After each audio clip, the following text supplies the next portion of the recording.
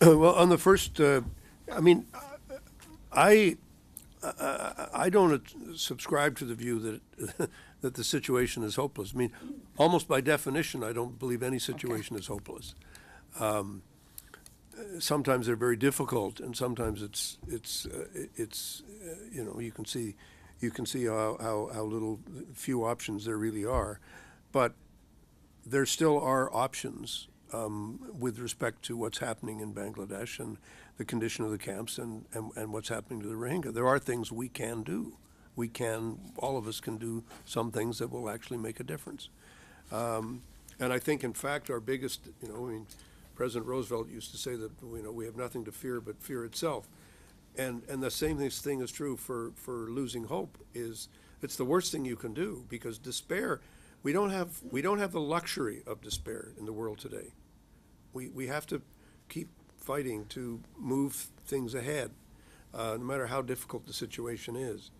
I will be meeting with the Prime Minister of Bangladesh on Monday morning in Toronto, at her request, and I look forward to talking with her about what is being done and what she thinks can be done and the ability to move ahead. I think we've made good progress with Bangladesh. Canada has, in really cementing a strong relationship, and I've been at many meetings with foreign ministers. I've been meetings with diplomats and meetings with a number of officials, and they all, I think, speak to a very close working relationship between our two countries in terms of how that can proceed.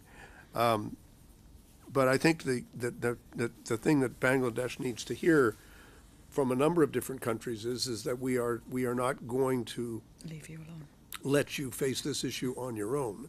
Now, there's some things Bangladesh can also do that will help the situation. There's still, if you talk to relief workers, they will say there's a very challenging bureaucratic process that has to be gone through in order to get assistance into the camps and in order to get people into the camps. And we've been through many different requests and interventions. Our High Commissioner, who's an outstanding public servant, Mr. Prefontaine, works night and day to make sure that Canadian supplies are getting in, that Canadian volunteers are able to access, and we work very closely with the top agencies to allow that to happen.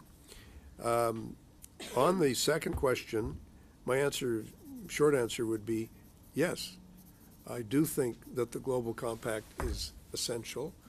I think it's regrettable that the United States has said that they're not going to be part of either the Global Compact on refugees or the Global Compact on migration. I think that's deeply regrettable, but it's part of a broader problem that we have with American foreign policy at the moment. And I think we have to soldier on and do our best. Others have to fill gaps, and we all have to work together to figure out how, in fact, we're going to deal with the crisis. I don't have to tell you that there are more refugees today than there were at the end of the Second World War. And the numbers are even greater when you consider the numbers of people who are internally displaced and have not left their country. So I think it's a huge problem. And I can remember when Mr. Guterres appeared before a House committee that I was a member of, when he was the UN High Commissioner for Refugees, and he predicted this problem. He predicted the problem of all of the combat, all of the wars that were taking place, and the significant issues of climate change and other issues which are forcing people to move and to leave, which are creating this issue of mass migration and the additional question of refugees. They're different things.